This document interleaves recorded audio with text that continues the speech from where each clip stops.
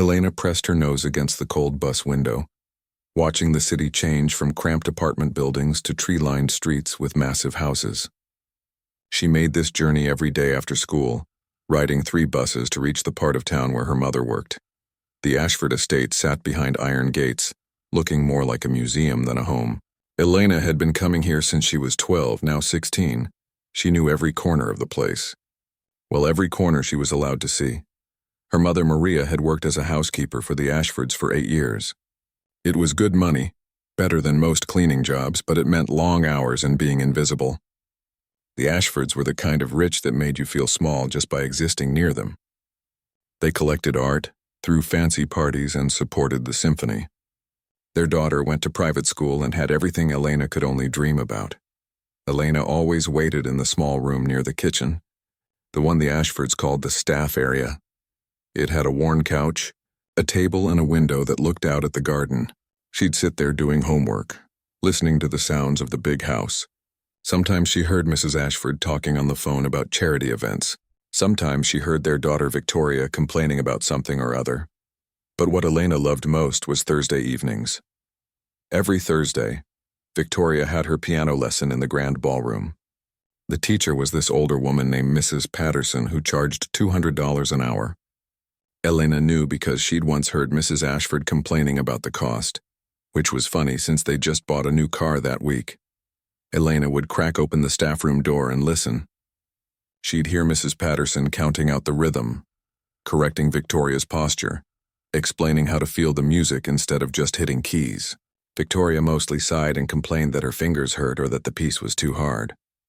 One Thursday evening after the lesson ended and everyone had left the ballroom, Elena couldn't help herself. She'd been listening for months, absorbing every instruction, every correction, every piece of advice Mrs. Patterson gave. Her feet carried her down the hallway before her brain could stop them. The ballroom was stunning. High ceilings, crystal chandeliers, and in the center of it all sat a black grand piano that probably cost more than her mother made in 5 years. Elena had never touched a real piano before. She'd seen them in movies and music videos, but standing in front of one was different. Her hands were shaking as she sat on the bench. The room suddenly felt huge and empty. What was she doing? If anyone caught her, her mother could lose her job. But the piano seemed to pull at something deep inside her chest. She pressed one key. The sound filled the room pure and clear. Then another, and another. She tried to remember the scale Mrs. Patterson always made Victoria practice. Her fingers fumbled at first, hitting wrong notes, but she kept trying. It felt like unlocking a door she didn't know existed inside herself. From that night on, Elena became a thief. Not of money or jewelry, but of time and music. Whenever the house was empty, whenever she knew the Ashfords were out at dinner or events, she'd slip into that ballroom and practice. 5 minutes here, 10 minutes there. Sometimes she'd just sit and watch YouTube videos on her phone, watching other people play, studying their finger positions, trying to understand how they made the piano sing. Her mother had bought her a small electronic keyboard from the thrift store for her 15th birthday. It was missing 3 keys and the volume button was stuck, but Elena practiced on it every night in their tiny apartment. The neighbors probably hated them. Their apartment walls were so thin you could hear everything, but Elena couldn't stop. Music had gotten into her blood. She started recognizing patterns in the pieces Victoria struggled with. Chopin, Mozart, Bach. Names she'd never heard before became familiar. She'd listened to recordings on her phone with her earbuds in, following along with the sheet music she found online. She couldn't afford lessons, couldn't afford books, but the internet was free at the library. Victoria had no idea how lucky she was. She had this incredible instrument, this amazing teacher all the time in the world, and she treated it like a chore. Elena would watch through the crack in the door as Victoria rolled her eyes at Mrs. Patterson's instructions, texted on her phone during practice, and complained that piano was boring. It made Elena want to scream. If she had what Victoria had, she'd practice until her fingers bled. She'd memorize every piece, master every technique. But Victoria had been born into a world where opportunities were just things that existed, like air. She didn't have to want them because they were already hers. Meanwhile, Elena was teaching herself from stolen moments and free YouTube videos. She'd draw a paper keyboard on cardboard and practice finger positions during her lunch break at school. Her friends thought she was weird, but she didn't care. When she was thinking about music, the world felt bigger. It felt like maybe she could be more than just the maid's daughter. Her mother noticed the obsession. Maria would watch Elena hunched over that broken keyboard at midnight, her daughter's face lit by the glow of her phone screen as she tried to copy some pianist's technique. It worried her sometimes. She wanted Elena to focus on regular school, to think about a practical career, to have steady dreams. But Maria also remembered being young and wanting something so badly it hurt. She'd wanted to be a teacher once before life got complicated, before Elena's father left, before bills and survival became the only things that mattered, so she didn't say anything. She just worked extra hours when she could, hoping to save up for better lessons someday, for a better keyboard, for something. The Ashfords never noticed Elena's secret practice sessions. To them, she was just part of the furniture, the quiet girl who came with the housekeeper. They'd pass her in the hallway and not even make eye contact. It was like she was invisible, which suited Elena fine. Being invisible meant freedom to steal those precious minutes with the piano. 6 months after Elena first touched those keys, she could play simple pieces by memory. Nothing fancy, nothing perfect, but she could make music. Real music. The kind that made her chest feel tight and her eyes sting with tears she didn't understand. She knew it couldn't last forever. Secrets never did.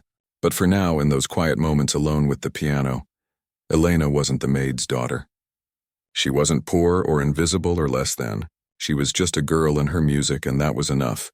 At least it was enough until the day Victoria came home early and found her playing in the ballroom. But that was a different story, one that would change everything. Elena lost track of time. That was her first mistake. She was playing a Chopin nocturne, one of the pieces she'd heard Victoria butcher during last week's lesson. Her fingers moved across the keys, not perfectly, but with feeling. She was so lost in the music that she didn't hear the front door open, didn't hear the voices in the hallway, didn't hear the footsteps coming toward the ballroom. Oh my God, is someone actually playing the piano? Finally, Victoria's getting good. The voice cut through Elena's concentration like a knife. Her hands froze on the keys. Her heart stopped. She turned around slowly, and there they were. Victoria and 3 of her friends from that expensive private school, all standing in the doorway with shopping bags in their hands. They'd come back early from the mall. The smile on Victoria's face died the second she recognized who was sitting at her piano. What the hell? Elena stood up so fast the bench scraped loudly against the floor. Her mind was racing, trying to find words, any words, but her mouth had gone completely dry. Is that... One of Victoria's friends squinted at Elena. Is that your maid's kid? Victoria's shock turned into something else. Something mean. Her eyes went cold and a smile spread across her face, but it wasn't a nice smile. It was the kind of smile that meant trouble. Oh, this is priceless. Victoria pulled out her phone. The maid's daughter thinks she's a concert pianist. Victoria, I'm sorry, I was just... Elena's voice came out small and shaky. You were just what? Playing our $30,000 piano with your dirty hands? Victoria started recording a video, circling Elena like a predator. Does your mom know you sneak around touching our stuff? The other girls laughed. One of them, a blonde in designer clothes, wrinkled her nose. I mean, can she even read music? Do they teach that in public school? Probably learned from YouTube, another one snickered. How tragic. Elena felt her face burning.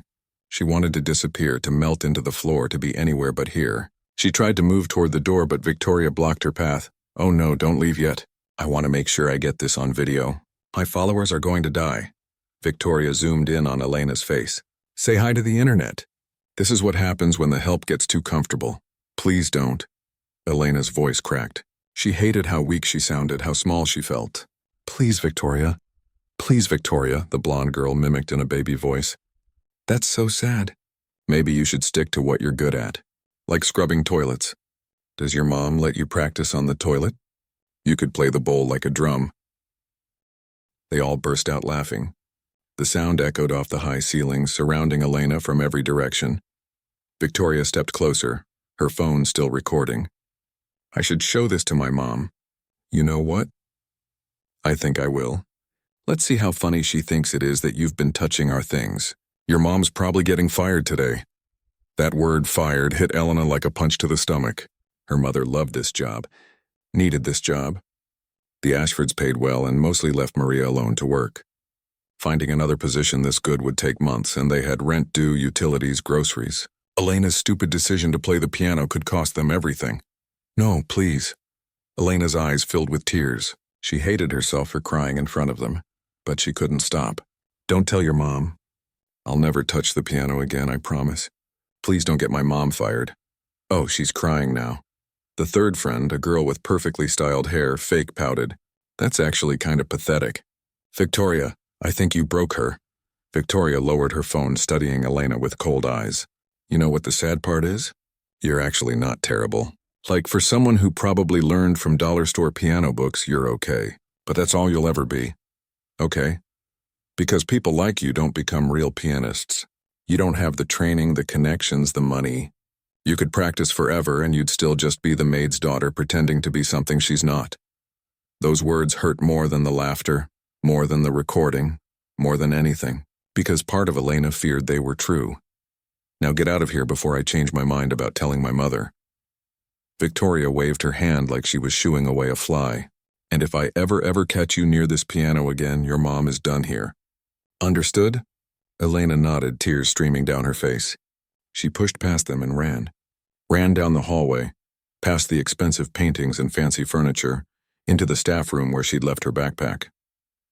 Her hands were shaking so badly she could barely grab her things. She heard them still laughing in the ballroom. Heard Victoria say, I'm totally posting this. It's going to get so many views. Elena ran out the back entrance, the one the staff used, and collapsed on the steps outside.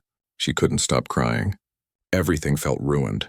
Her secret was out, her mother's job was in danger, and worst of all, Victoria's words kept replaying in her head.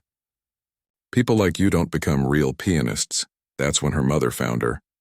Maria had been cleaning the upstairs bathrooms when she heard the commotion. She'd rushed downstairs just in time to see Elena running out, and her heart sank. She knew something bad had happened. Mia, what's wrong? What happened? Maria sat beside her daughter on the steps, pulling Elena into her arms. Through sobs, Elena told her everything. The secret practice sessions, getting caught, Victoria's threats, the video. She apologized over and over, saying she was stupid, selfish, that she'd ruined everything. Maria was quiet for a long time, just holding her daughter. When she finally spoke, her voice was steady. You didn't ruin anything. I did. What? No, Mom, this is my fault. I should have found a way to get you real lessons. I saw how much you loved music and I did nothing. Maria wiped Elena's tears with her thumb. I was so focused on keeping us safe, keeping this job, that I forgot you deserve dreams too. But your job is just a job, Maria said firmly. You are my daughter, and you have a gift. I heard you playing sometimes when the house was empty. You're good, Elena, really good. Elena shook her head. Victoria's right, though. People like us don't become pianists. We don't have the money for Juilliard or fancy teachers or— Stop.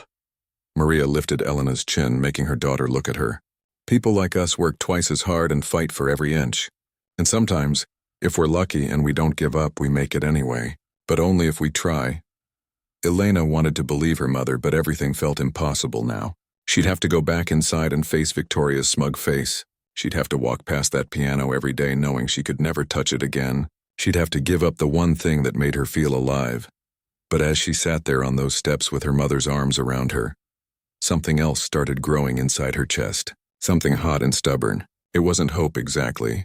It was more like anger, determination, a refusal to let Victoria be right about her.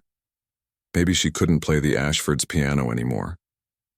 But that didn't mean her story was over. It just meant she needed to find another way. She just had no idea how yet.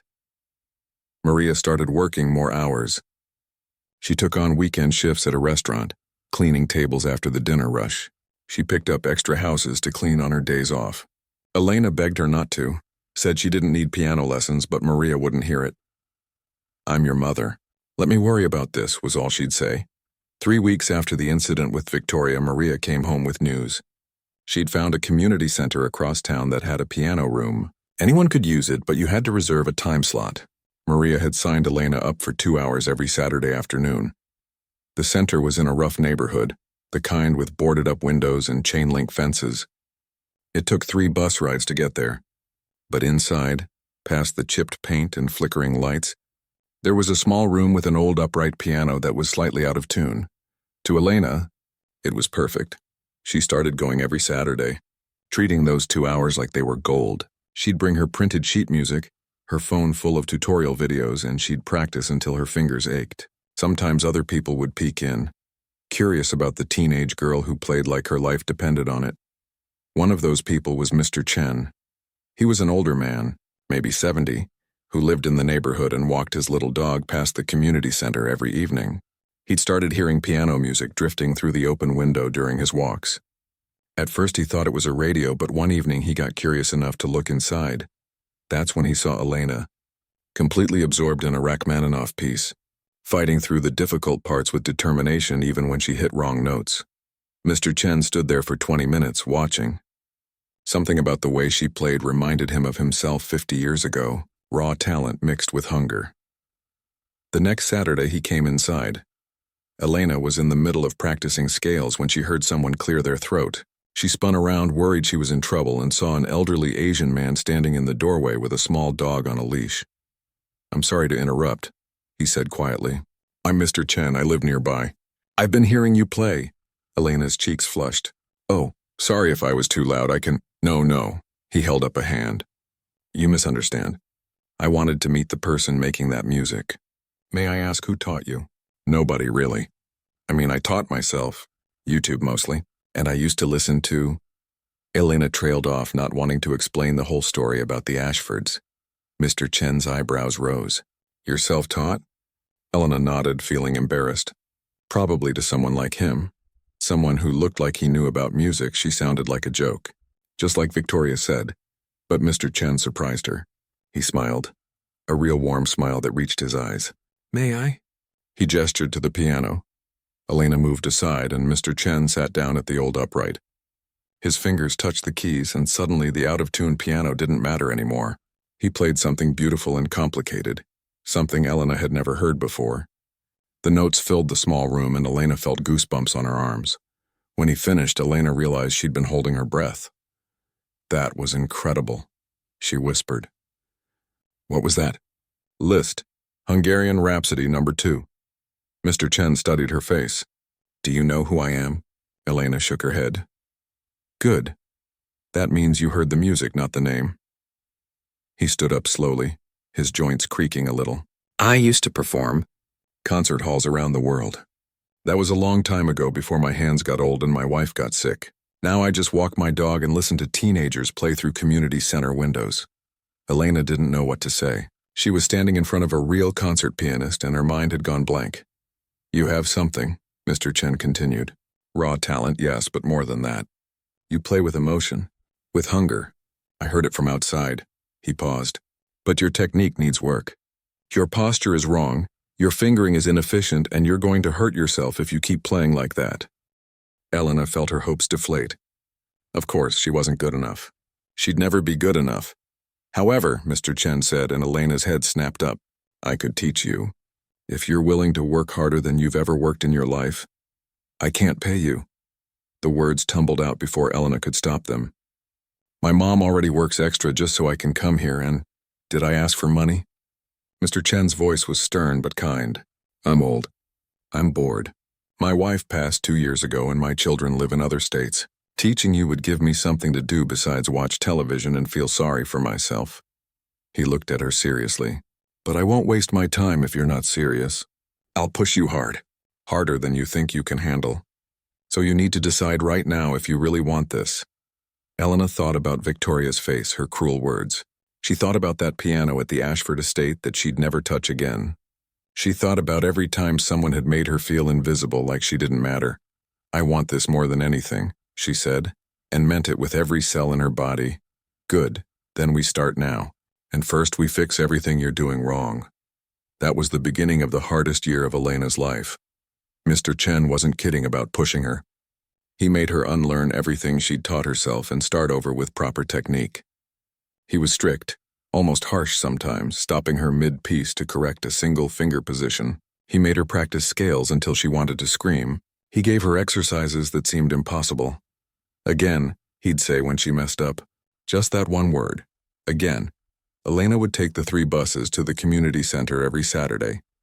Then Mr. Chen started meeting her there on Wednesdays, too. Then he gave her a key to his apartment and told her she could practice on his piano, a beautiful old instrument that his wife had loved whenever he wasn't home. Elena's schedule became insane.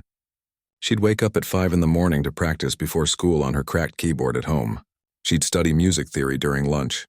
After school, she'd rush to do homework, then head to Mr. Chen's apartment to practice for 2 more hours. Weekends were even more intense. Her friends stopped inviting her places. They said she was obsessed, that she'd gotten weird. But Elena didn't care. For the first time in her life, she had a real teacher who believed in her, who saw past where she came from and only cared about the music. Mr. Chen taught her pieces she'd never dreamed of playing. Chopin, Liszt, Beethoven, Rachmaninoff, the composers that separated hobbyists from serious pianists. He taught her to hear the story in the music, to feel it in her bones before her fingers ever touched the keys. Music isn't about hitting the right notes, he'd tell her. Any robot can do that. Music is about making people feel something, making them remember what it's like to be human. 6 months into training with Mr. Chen, Elena could play pieces that had seemed impossible before. Her technique had improved so much that when she listened to recordings of herself from before, she barely recognized her own playing. One Wednesday evening, Mr. Chen finished listening to her play a Chopin nocturne. He was quiet for a long moment, which made Elena nervous. Usually he immediately pointed out what she needed to fix. "What?" she asked. "What did I do wrong?" Mr. Chen shook his head slowly. "Nothing. You did nothing wrong. That was—" He paused, and Elena saw his eyes were wet. "That was beautiful, Elena, really beautiful." Elena had never heard him sound like that. He'd praised her before, but always followed it with corrections. This felt different. "There's a competition," Mr. Chen said suddenly. "The Regional Young Artist Competition. It's in 3 months. I want to enter you." Elena's heart jumped. "A competition? But I'm not—" "You're ready," Mr. Chen said firmly. "And it's time for people to hear what you can do." Elena thought about it. About standing on a stage in front of judges and an audience. About possibly failing in front of everyone. About Victoria maybe being there, since her family donated to every music thing in the city. But she also thought about how far she'd come. About every early morning, every aching finger, every moment she'd wanted to quit but didn't. "Okay," she said. "Let's do it."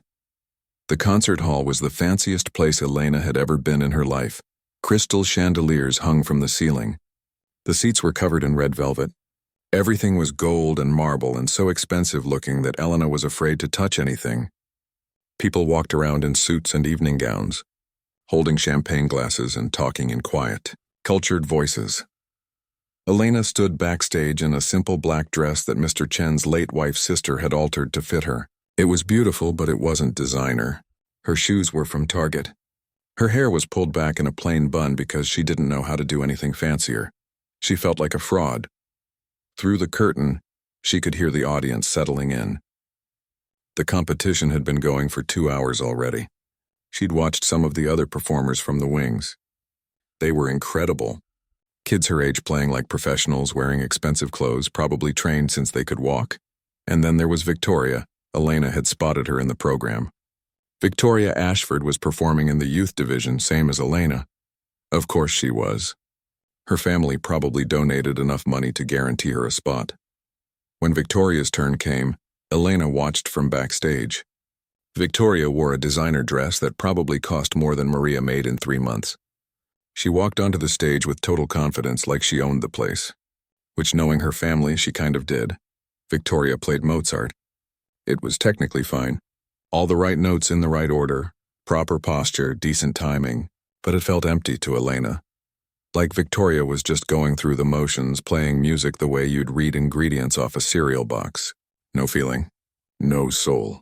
The audience clapped politely when she finished. Victoria bowed and smiled like she'd already won. As she walked off stage, she passed right by Elena in the wings.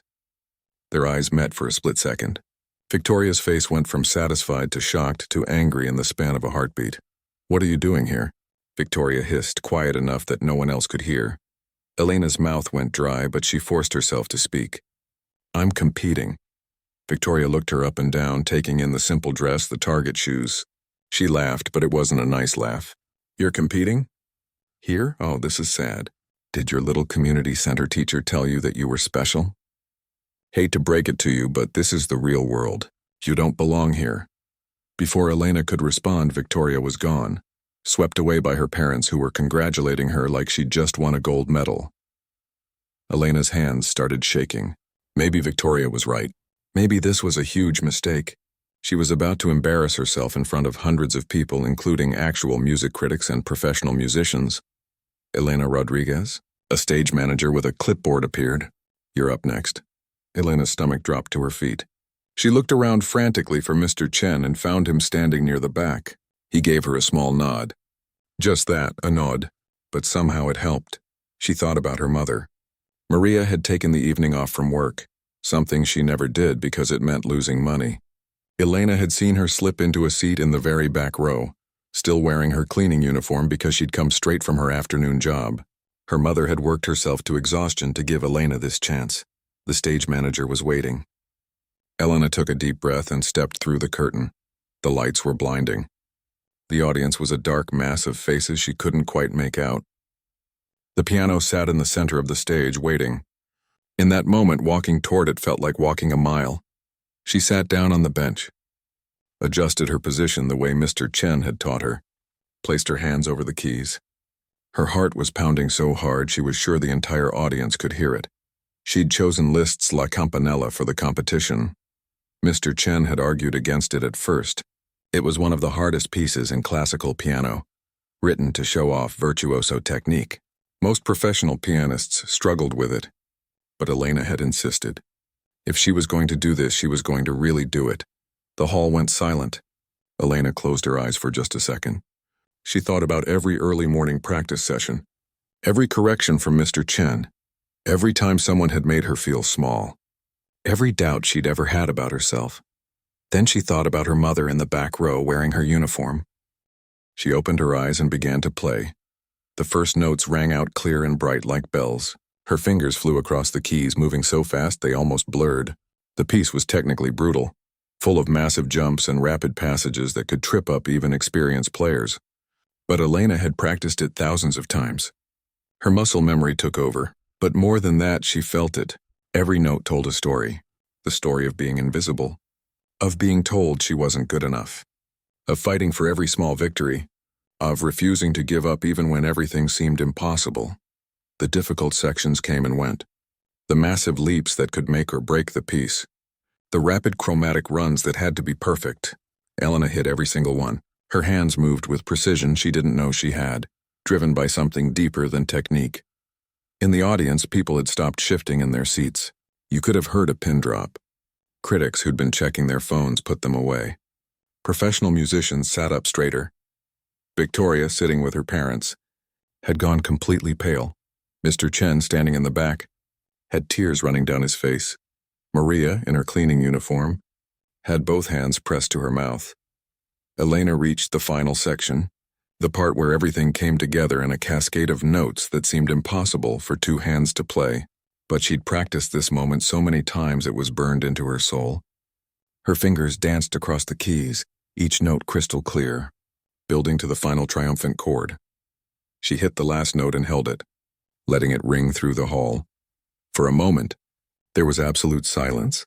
Then someone started clapping. Then someone else. Then everyone, the entire audience, rose to their feet. A standing ovation that started in the front rows and swept backward like a wave. People weren't just clapping politely. They were cheering, shouting, some were crying. Elena sat at the piano, stunned. She couldn't believe what was happening.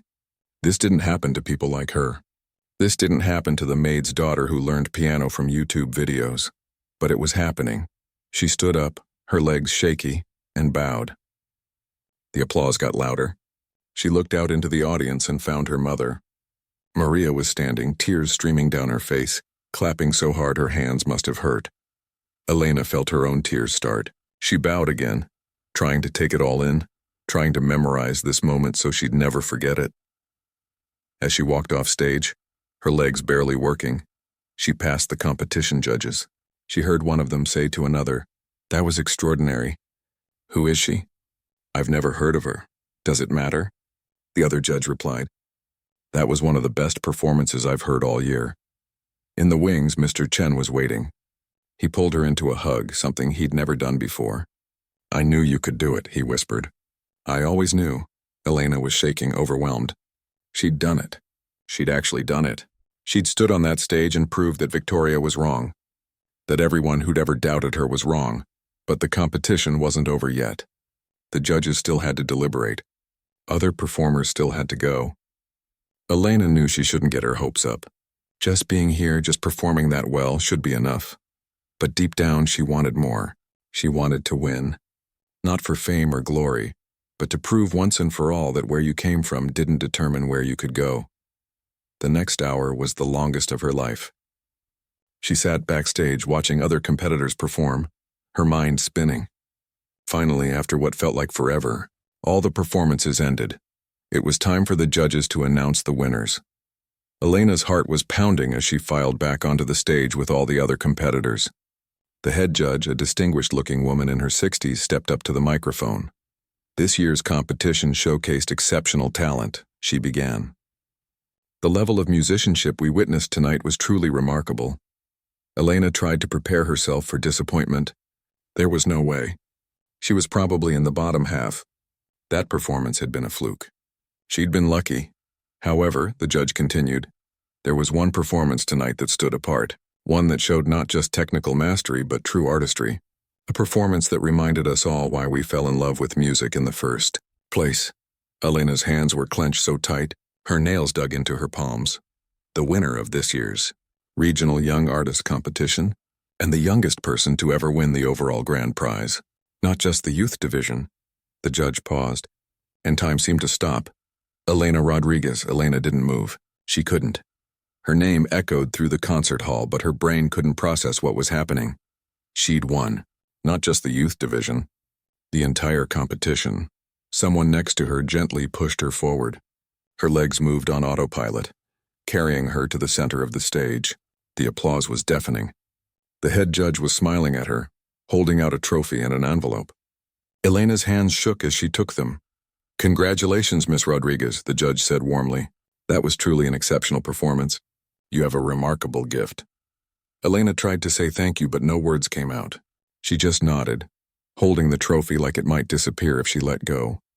The judge leaned in closer. That envelope contains information about your scholarship to Juilliard. Full tuition, room and board for 4 years. There's also a check for $50,000 in prize money. You've earned every penny of it. $50,000. Elena's knees almost gave out. That was more money than she'd ever seen in her life. That was more than her mother made in a year, maybe 2 years. The audience was still standing, still applauding. Elena looked out and found her mother in the back row. Maria had both hands over her face, her shoulders shaking with sobs. Next to the stage, Mr. Chen was wiping his eyes with a handkerchief. His face split by the biggest smile Elena had ever seen on him. And in the 5th row, Elena spotted the Ashfords. Mrs. Ashford's mouth was hanging open in shock. Mr. Ashford looked confused, like he couldn't quite figure out what had just happened. And Victoria sat frozen between them, her face completely drained of color. Their eyes met across the concert hall. Elena didn't smile, didn't gloat. She just looked at Victoria for a long moment, then looked away. Victoria didn't matter anymore. Her opinion, her cruelty, her privileged assumptions about who deserved success, none of it mattered. Elena had won on her own merit. Nobody could take that away from her. After the ceremony ended, Elena was swarmed. Music critics wanted interviews. Other musicians wanted to know who taught her.